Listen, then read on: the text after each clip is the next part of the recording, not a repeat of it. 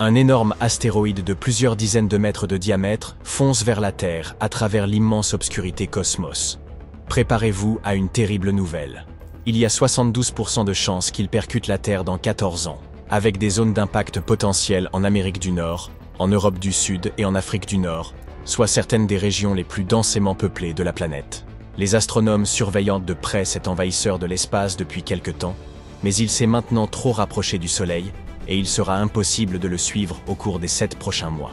Bien sûr, il y a 28% de chances qu'il rate complètement notre planète, mais que se passera-t-il s'il touche dans le 1000? Une dévastation et une destruction mondiale. Voilà ce qui nous attend. Des milliers de vies perdues, des milliards et des milliards de dollars de dégâts, des espèces entières rayées de la surface de la Terre, des villes et des villages en ruine, des champs et des forêts détruits. Est-ce là l'avenir qui nous attend? Vous pouvez vous rassurer. Il ne s'agit que d'un scénario hypothétique créé par la NASA pour se préparer à une telle situation. L'agence spatiale réfléchit à ce type de catastrophe depuis des années. Encore plus cool, elle organise tous les 2 ans des exercices de simulation d'impact d'astéroïdes pour mettre les scientifiques, les agences gouvernementales et les experts internationaux sur la même longueur d'onde. Le dernier a eu lieu en avril et a réuni une centaine de personnes. Lors de ces exercices astéroïdes, les experts font comme si un rocher spatial géant se dirigeait vers nous. Ils réfléchissent ensuite à toutes les questions épineuses qu'ils peuvent se poser, comme quelle est sa taille? Où pourrait-il frapper? Que devrions-nous faire? C'est comme une énorme séance de brainstorming pour s'assurer que si cela devait arriver, nous n'aurions pas à repartir de zéro. Pour que ces scénarios soient aussi réalistes que possible, on mobilise le centre d'étude des objets géocroiseurs de la NASA. Ce sont eux qui suivent les astéroïdes réels et calculent leurs orbites. Ils simulent donc des mois d'observation d'astéroïdes, avec des incertitudes sur leur taille, leur trajectoire et leur zone d'impact potentielle. Le genre d'incertitude qui rend la prise de décision beaucoup plus difficile et qui les plonge donc dans une simulation aussi proche du réel que possible.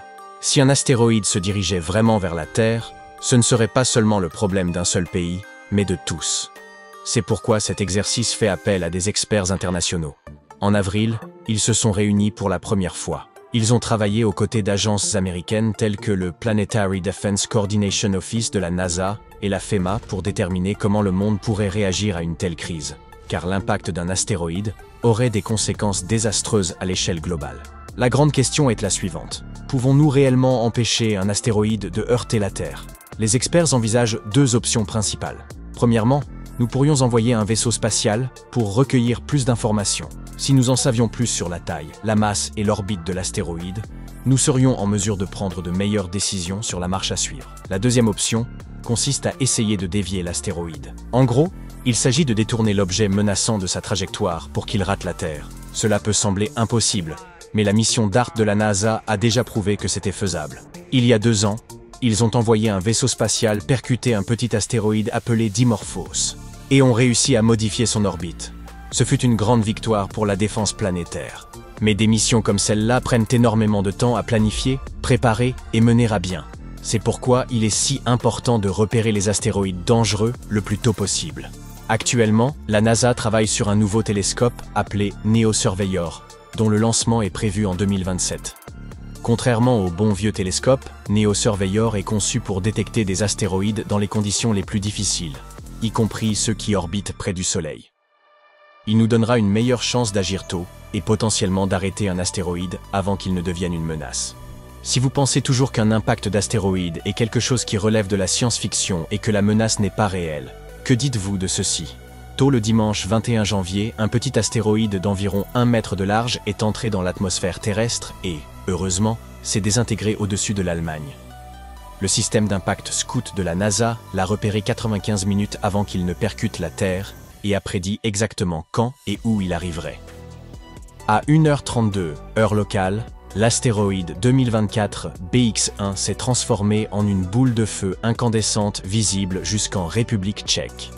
Quelques petits météorites ont peut-être atterri près du site d'impact, à environ 60 km à l'ouest de Berlin. C'est seulement la 8e fois qu'un astéroïde a été détecté avant de heurter la Terre. C'est un exemple remarquable de la façon dont des outils tels que Scout nous aident à suivre les astéroïdes et à nous préparer à tout ce qui pourrait être plus gros.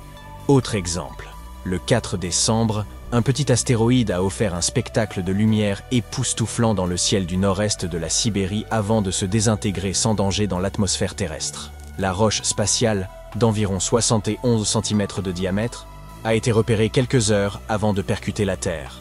Grâce aux observations d'astronomes du monde entier, un système d'alerte spécial a réussi à prédire l'impact à plus ou moins 10 secondes près.